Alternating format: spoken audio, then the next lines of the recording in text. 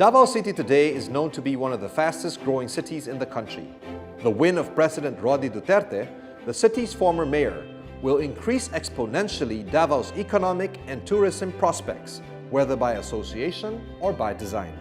And yet, progress in the city known as the crown jewel of Mindanao has strong foundations of development that have long been set forth and are now being rapidly realized. Actually, even just before the election, we were not really very sure of President Duterte winning the presidency. The expectation was already very high, the spirit was high. Real property prices has been going up 1 to 2 years ago when Duterte became the president, hoping that it will turn out a seller's market, which it really happened. Davao by itself already holds its own in terms of Davao City as a brand to actually recognize, to market, to actually sell it. So I believe that even if the president was different from President Duterte, Davao would still continue in its growth path, which was the basis, one of the reasons I believe that many people voted for him is the performance of the city that he used to be mayor of. Davao, recognized as one of the safest cities in the country, has developed into a strategic business hub with increasing number of developments and projects that are now changing its landscape.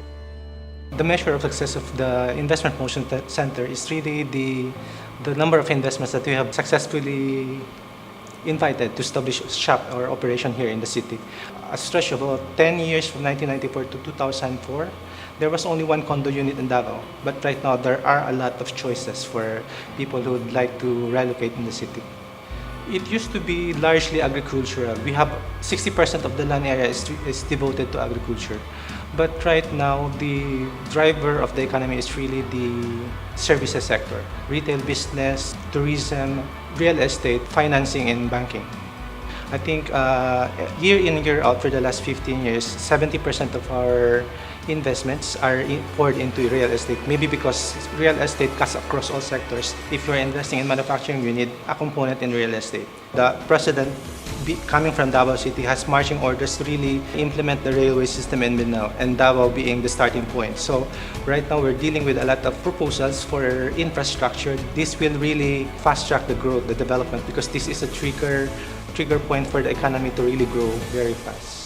I think the government is initiating for the development of Sasa Warp and the development and expansion of the Davao International Airport. There was a lot of development that was ongoing. In the agricultural side, there were more and more agricultural exports being handled. On the finance side, you see the banks putting up more and more branches. You've got a lot of malls that were being put up. I just heard from my friends in Davao that there's been an overall increase in business activity by 20%. More seats in airplanes getting filled up. You experience 20% growth in the hotel industry. 20% more people are buying. And so I think that that's a very good sign of what it is, not only as a residential place, but a business place and a tourism place. Residents of Davao City may take for granted the fact that one can actually take a quick boat ride to any of the nearby islands if one so wishes. Paradise so near it is almost a sin not to take a quick hiatus. Whether to bask in the turquoise waters or go on any of the eco-adventure activities that lure tourists the world over. We always focus on a tourism that is for the brave, those who are adventurous.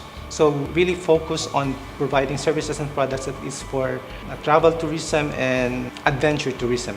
The instant winning of President Duterte as a president, Davao automatically become a tourist destination for local and foreign. Even just the simple house of our president is becoming a tourist attraction.